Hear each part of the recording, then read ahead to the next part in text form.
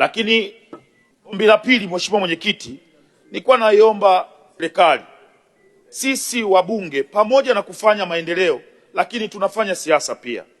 Tulikuwa tunaomba pale ambapo mnaleta pesa kwa ajili ya ujenzi wa barabara, basi waambie wataalamu wenu waje washauriane na sisi ni barabara gani ambazo zikienda kujengwa zitatusaidia sisi pia kupunguza kilio cha wananchi wetu katika majimbo yetu.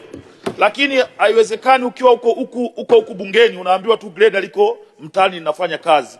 Unaweza kukuta hiyo barabara inayojengwa ni barabara ambayo kwenye ahadi zako kwa wananchi wako haina umuhimu kama kuna barabara zingine. Kwa mfano, kwa ruhusa yako Mwenyekiti, naomba nimtajie barabara 5 ambazo hata nikifa leo naomba zijengwe katika jimbo la Kigoma mjini. Barabara ya kutokea uwanja wa Lake Tanganyika kupita Buzebazeba sokoni, Rusimbi, kata ya Majengo pamoja na kata ya Machinjioni. Barabara ya kutokea kata ya Mwanga Kaskazini inaitwa barabara ya Serengeti inayounganisha kata ya Mwanga Kaskazini na kata ya Gungu. Barabara ambayo inaunganisha kata ya Buhanda na kata ya Businde. Barabara ambayo inaanzia chini Vamia Bega. Barabara ambayo inaanzia madukani. Mheshimiwa Clayton ameshakuelewa kwa sababu hilo ni ombi sio swali, kwa hiyo Mheshimiwa Waziri ameshakuelewa. Tunashukuru. Nashukuru sana Mwenyekiti, naomba sana Mheshimiwa Waziri ubaki na hizi barabara kichwani hata nikifa leo. Hayo ndo maombi ya wananchi wa Kigoma mjini.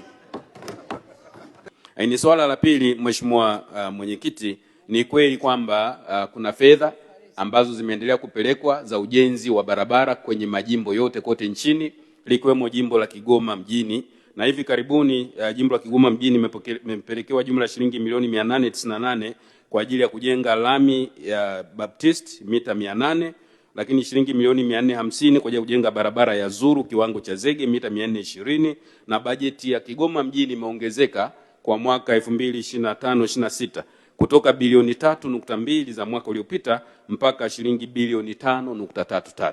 Kwa naomba niwahakikishie Mheshimiwa mbunge kwamba serikali inathamini uboreshaji wa miundombinu ya barabara katika mji wa Kigoma. Lakini nitumie nafasi hii kwa niaba ya Waziri wa Nchi, Ofisi ya Waziri Mkuu TAMISEMI, kuwaelekeza wakurugenzi wote wa mamlaka za serikali za mitaa kwamba ni maelekezo ya serikali kwamba fedha zozote zinapoingia katika majimbo yetu lazima waheshimiwa wabunge wapewe taarifa rasmi ya mapokezi ya fedha hizo na mipango ya utekelezaji, iwe barabara au miundombinu mingine yoyote. Lazima waheshimiwa wabunge ambao ni wawakilishi wa wananchi katika majimbo hayo washirikishwe ili tuwe na uelewa pamoja na maamuzi ya pamoja ya utekelezaji wa miradi hiyo. Na swala hili limetolewa maelekezo mara kadhaa. Ni kuhakikishia tu Mheshimiwa mbunge na waheshimiwa wabunge tutafuatilia kwa karibu na tutachukua hatua kwa wakurugenzi na watendaji ambao hawatatekeleza maelekezo haya ya serikali. Asante.